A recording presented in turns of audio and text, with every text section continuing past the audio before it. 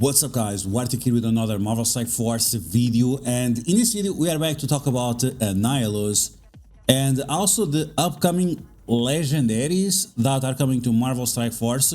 And I just want to have an idea on how people are excited for these characters. If these characters are pushing you to play the game, if these are characters that you are familiar with, and which of them you are the most excited for.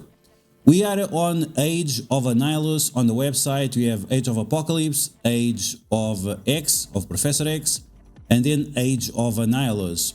And with Nihilus we got introduced sort of to the negative zone, where we have to use the Harbingers, right? Arbiters, whatever you call those guys. So the Arbiters, it's the teams that you use to, I guess, attack the negative zone. I'm not exactly sure where we are in the plot, but that's what I've been doing in Marvel Strike Force. We had the Vigilantes, Thunderbolts, now we have the Cursed. After that we're gonna have the supposed Arena team, that might be or with the Hellfire Club or something completely different with the Fantastic Four characters.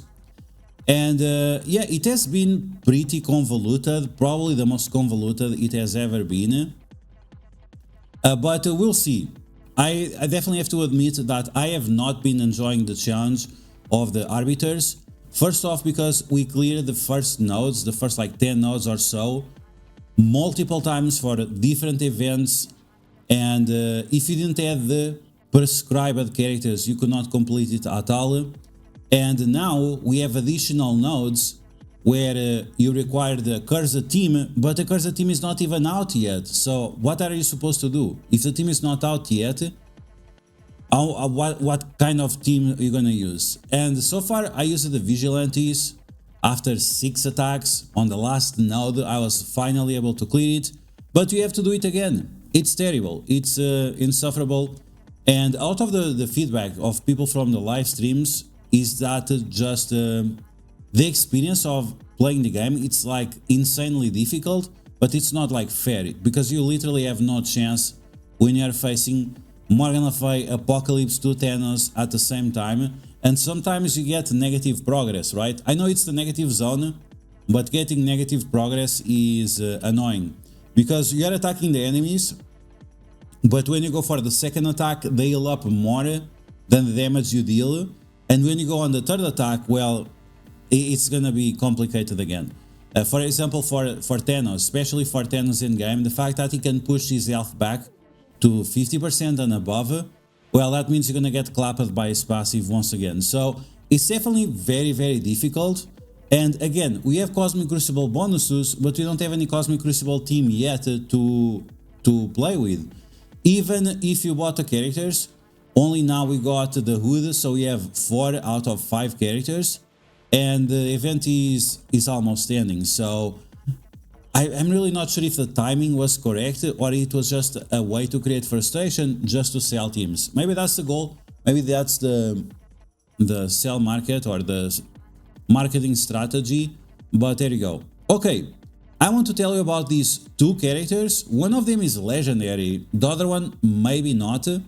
Quasar, we already have Quasar in the game. He's a legendary character, but he has no team. That's very strange. We never had a legendary without a team. And he's decent. He's definitely very powerful in Alliance Wars. Outside of Alliance Wars, he's like kind of whatever, which is definitely annoying. But it's what we have, right? Now, the other characters, I'm not sure if people are going to be very excited for them. On the website we don't have much information, but from the design of the characters we can pretty much tell which characters they are. The one here on the center, we know for a while who he was, and this one we finally figured it out who it was a couple of weeks ago, and I have not heard anyone talking about it, so I just want to see how excited you guys are for this dollar store version. It's the Temu, it's the Temu version of another character that we already have in game, or maybe 2 of them that we already have in game, so this would be the 3rd version of that character. But okay, on the website we have right here that coming soon we have a legendary character, but then this other character is not gonna be legendary. So unlike what it was with Lalandra, she's not a legendary character, right? So I guess this guy is gonna fit the role. Oh no, it says legendary. Sorry, I'm blind. I'm absolutely blind. Okay, so it's not gonna be like Lalandra. We might still have a character like that, but it's not gonna be the case. So legendary, legendary, and legendary. And here we have the 4 teams that are gonna be necessary. Like I said a couple of months ago, maybe many months ago, I feel like this is less player friendly because you cannot skip any of these teams. And instead of building up 2 teams, you have to build up 4 teams, which once again, painful to say the least. Since I've become free-to-play player, which means I'm not spending more money on Marvel Strike Force, this was because of overpowered. I can definitely feel the pressure of not having enough gold to invest on the new characters. And it's true that because I'm free-to-play, it takes me more time to unlock those characters, but it's still way too fast.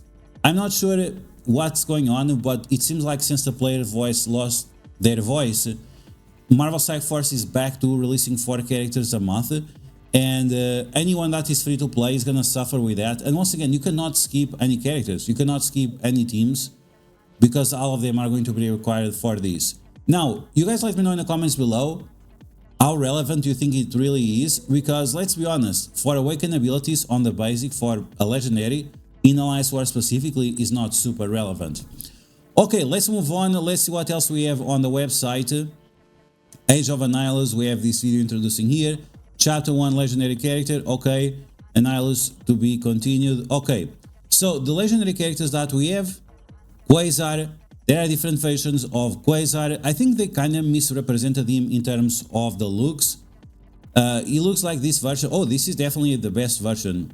Pregnant Man Quasar. You guys let me know in the comments below how excited are you for Pregnant Man Quasar. I definitely want to watch this one. This one looks absolutely legit. So the thing is that early on Quasar was kind of a nice guy. Like he had some problems with his father. He wanted to show his value. Then he acquired the Quantum Bands, which supposedly are the same bands that Miss Marvel Classic or Miss Marvel Art Light has, which is interesting. And then he became very powerful. And it seems like at some point he became very angry. Maybe he went from soy boy to incel, and that's why he's so angry. I don't know, I'm just joking. Okay, so that was the first legendary that you got in Marvel Strike Force. Definitely Pregnant Man Quasar. Sounds absolutely insane. But then we have the second legendary character, and this one we have known for a while. Right away when they show the characters, we knew that this guy was coming. So Blastaar is a guy from the negative zone, and I was researching about how powerful this guy is. He's almost as powerful as Annihilus, which is pretty interesting. So the main character that is going to be released, the mythical character, is going to be Annihilus. And this guy is supposed to be at the same level. So hopefully this guy is going to be very, very strong. And that will be super interesting. Now, all of these characters, they have tie-ins with many Marvel characters that we are familiar with. This guy in particular is definitely, yes, some tie-ins with Thor. They faced each other multiple times. All of these characters, they also have tie-ins with Fantastic Four because, well, cosmic battles and whatever else. And even X-Men, they faced this guy one time and they got destroyed, the original team. So yeah, this guy is definitely powerful. Hopefully we'll get some good representation of him in Marvel Strike Force, because if they're gonna make these legendary characters that people are not super familiar with because they were not part in the movies, then well, that's gonna be a hard sell, right? It's like the Jubilee legendary. Most people are not familiar with Jubilee. Even if you watch the movies, Jubilee is like something from the 90s or from the 80s that, yeah, most people living right now, if you are under 40, you don't know who she is. And this guy probably need to be like under 60 to know who this guy is. And that's why I have some questions on how excited people are about these legendaries and why we are doing this video. Okay, so this is the second legendary, once again Blastaar. The next legendary, it's gonna be the Temu version of Thor. Yes, another Thor, because we don't have 2 already in the game, and both of them suck. So yeah, we're gonna get a legendary version of Thor. kind of Temu version of Thor. This is Thunderstrike, and Thunderstrike, he looks pretty much like Thor. It's not Thor, but at some point it was Thor, because it was like two characters that were merged into one, and they could switch bodies, right? It was Thor, but then it's the other guy that is not Thor, and then they split it again, and yeah, they they had some fun activities for sure. And this guy, once again, with tie-ins with those characters that we mentioned in the past, Fantastic Four, Annihilus, and all kinds of things. But very interesting, one character that I'm actually more excited than all of these legendaries is the High Evolutionary. So I hope that next year, when Age of Annihilus ends, we have like the Age of the High Evolutionary, because he definitely ties in with this guy, and this guy is going to be the last character to be released in terms of the Age of Annihilus, so that could be very interesting as well. The High Evolutionary is not part of the negative zone, but I don't know. Once again, this character related with one, so somehow they could tie it in. You know how Marvel Strike Force lore is. But yeah, so once again, this guy is pretty much like Temu Thor, Dollar Store Thor, whatever you want to call it. He does not have a mace, he has a club, or he doesn't have a hammer, he has a mace. It's not a club, it's a mace, yeah. So it's like a hammer but smaller, and this was after they split. Odin gave powers to this guy because he wanted to be a hero, and we always need heroes to protect the weak, and that's how we got to the Temu Thor. Now, there is also a guy with an axe. I don't think we'll face that guy with the X. It's not this one. There is a red guy. But yeah, this is Dollar Store Thor, which I'm not sure if I'm super excited. And the reason why it's because like Thor was never good in Marvel Strike Force. Whether it is the Infinity War Thor or the OG Thor, both of them were always very, very weak. So, I mean, if you could see somebody work to those characters and then having this character also be implemented, like, I don't mind. I don't mind Jubilee Legendary. I don't mind these other C-tier character Legendary, if you can call it that. But yeah, and we also have the Kid. So this guy died, spoiler alert, for something from 50 years ago. This guy died, and this kid now holds the mace, not the hammer, the mace. And I'm not sure what's going on. It's some new stuff. I'm not familiar with it.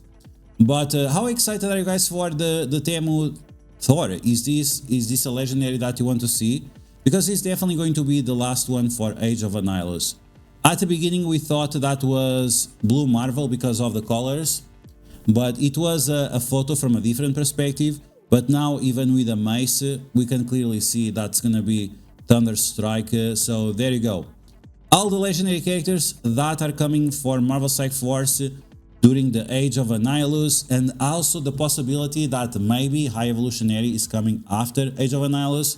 And from all of this video, I'm more excited for High Evolutionary than anything else. But you guys let me know in the comments below, how excited are you for these characters? Are you familiar with them? Especially if you are around 30. If you are 30 years old, do you know these guys or not really? Is this like old stuff for you? Let me know in the comments below. And as always, if you like these videos, make sure to share it with your friends on Facebook and Discord. If you're new to my channel, make sure to subscribe for more Marvel Strike Force content, and I'll catch you guys later.